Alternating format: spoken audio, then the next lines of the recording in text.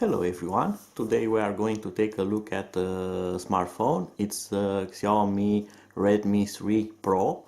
What is different between this and the Note version? This has a 5-inch screen.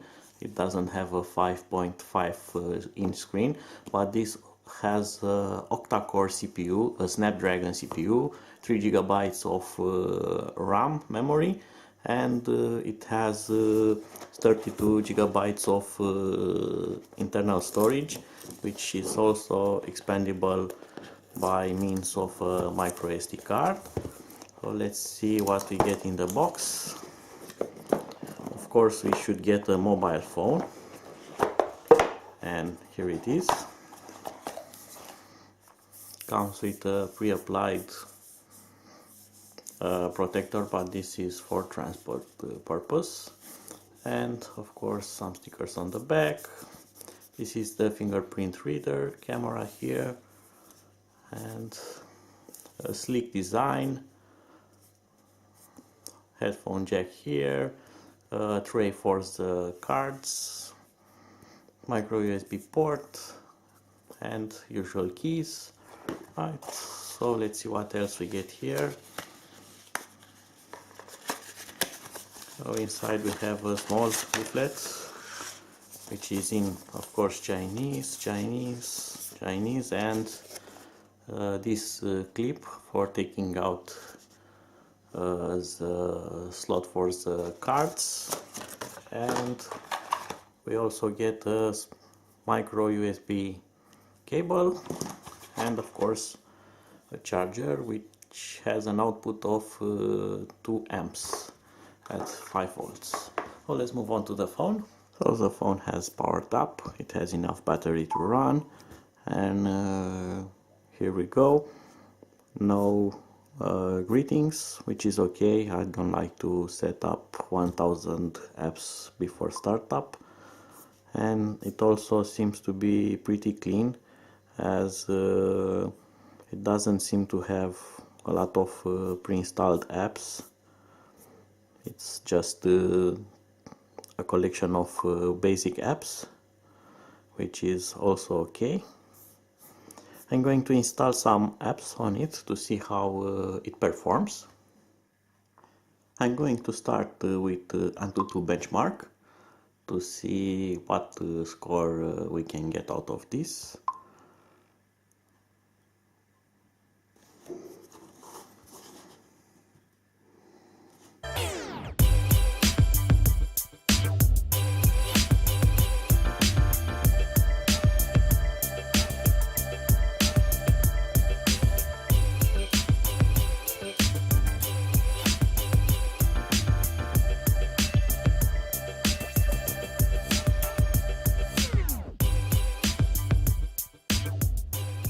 Final score, it's now displayed, 36,000 points. You can see how the points were obtained for each category here, and we have details. For example, the CPU, it's middle end classed. Let's see about 3D. Game performance is mid-level, and RAM memory, no details there. Alright, so that was the first benchmark. As another test, I'm going to use Asphalt 8 Airborne, and I'm going to show you the settings. Video settings are on high, the maximum level, and we are going to look if the game will shutter or have problems. So let's play a game.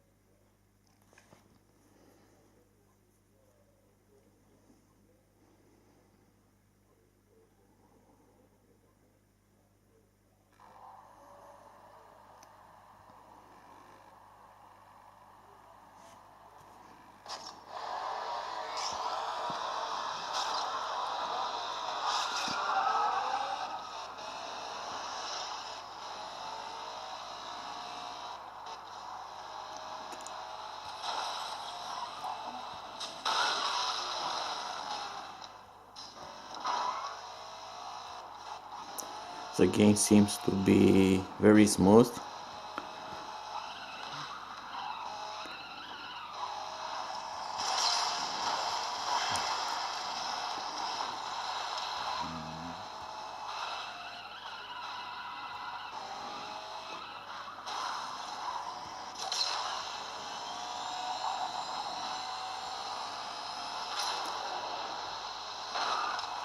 Let's see if we can finish this race.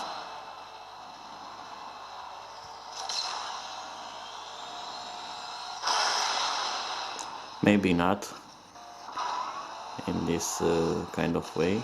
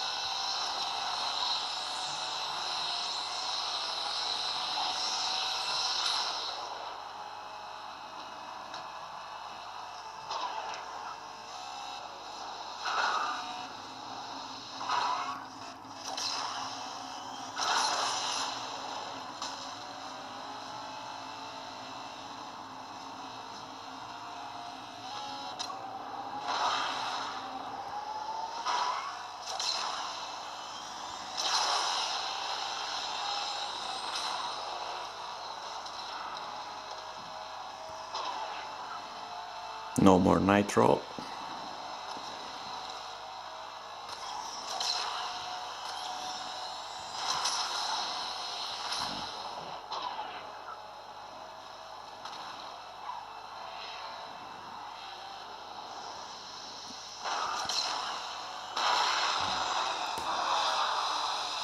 And amazing, but I'm on second place, which is not bad. As you can see, the game runs perfectly smooth. Let's also take a look at the camera and its quality. The camera option has a menu here with various presets and utilities like taking a panorama or timer, or you can manually adjust things like exposure and sensitivity. You also have this option called straighten. This will take a straight picture even if you hold the phone not perfectly level. You can see how it adjusts the image just to be sure that it's level. You can do HDR photography. It also has a small LED on the back which can be turned into a torch, or it can be a flash LED to take pictures or videos in poor light. You also have this manual adjust like this. Okay, and now I'm going to add some pictures and videos taken with the camera.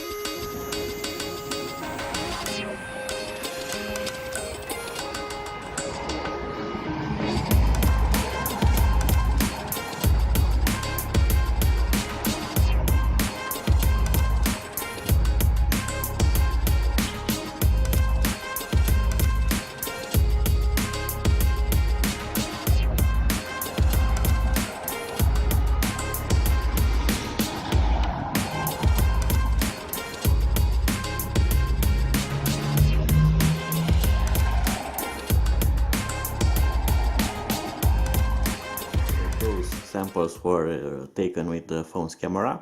Now I'm going to continue to show you some other particularities of this model. The SIM card will go here, and to access it you are going to use this clip. Maybe some of you know this, but for those who haven't seen it, it's like this. You have a small drawer here in which you will put your SIM card and a micro SD. You can use two SIM cards or one SIM card and a micro SD. You cannot use technically three cards at once, meaning two SIM cards and a micro SD with this design. So you have to choose, and this will go like this back in. Another interesting thing about this phone is its battery. It has a battery that has 4000 milliamps, so it's almost twice as big as regular phones. It also has a fingerprint scanner here, which you can use to lock your phone and unlock it. And of course it comes with a huge number of ways to customize it. You have themes, you have a lot of things like wallpapers and a lot of ways to manage your experience better than on regular Android phones. As a final conclusion to this quick review, I'm also going to try to install this case I have bought for this phone. It's made by Nilkin and it should fit like a glove. What is funny about it, it's that it's called leather case, but it has no leather, it's full of plastic, but I don't care about that. So this should go like this. Now I'm going to put it buttons first, and yes, it fits very nice and closes very well. It has good